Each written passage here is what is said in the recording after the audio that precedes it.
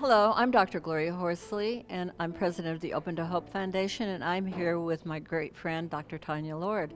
And Tanya had a son who died after a tonsillectomy. I want to talk to you about your life, and I've gone on to do Open to Hope. Tanya's gone on to do things about medical air.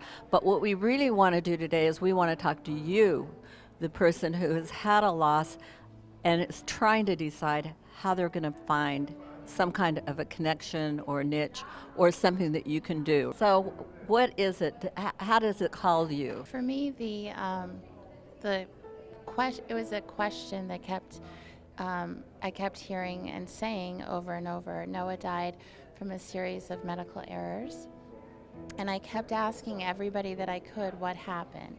How did a healthy 4-year-old have a tonsillectomy and not survive?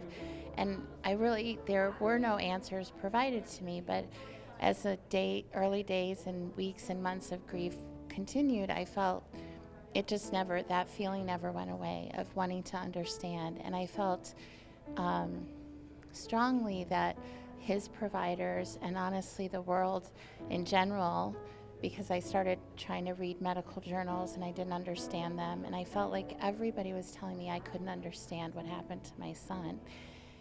And that feeling just continued, and I decided I couldn't, after a while, ignore it. And so I went back to school, first for a master's in public health, and then a PhD in clinical and population health research, which really taught me a lot about the medical system, how it works. And how long did that take you going down this road? It was about 2 years after Noah's death. It took me about 8 years, so I only graduated about 4.5 years ago. I didn't do a lot for many, many years. So, and then I started working with Compassionate Friends, so I didn't get the message to go down the grief and loss road for many years.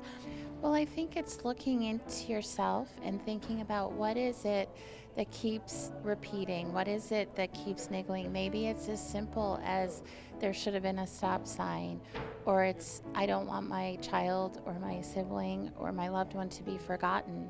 If whatever it is that keeps at you, start exploring what would it mean. For me, it was, how will I find answers? What's the best way to find answers? For other people, it's how will their child be remembered, or how can I reach out? So many people helped with grief. Whatever it is that feeds that question or feeds that piece of you, that you can start letting go of that, and not getting rid of it, but letting go of it, meaning like to let it grow and to become more meaningful to you. I love that, to let it grow and become more. Well, so fantastic, and you've certainly done that. And it doesn't have to be big, giant things. It doesn't have to be an Open to Hope. It doesn't have to, you don't have to get a PhD. No, there are some people that I hear that just have made it their role to make sure they never leave their family or friends without saying, I love you. Yep. That they hug more often, that they listen more carefully, that they spend more time with the people who care. And so no, it's not, it's letting that piece grow in you. It's not about being great or big or doing something, changing the world. Maybe it's just changing your little corner of it. Absolutely. Well, I love that. Well, thank you so much for being on the show today. Thank you. And thanks for watching this video. I'm your host, Dr. Gloria Horsley, and I want to remind you, if you've lost hope, please lean on ours until you find your own, and God bless.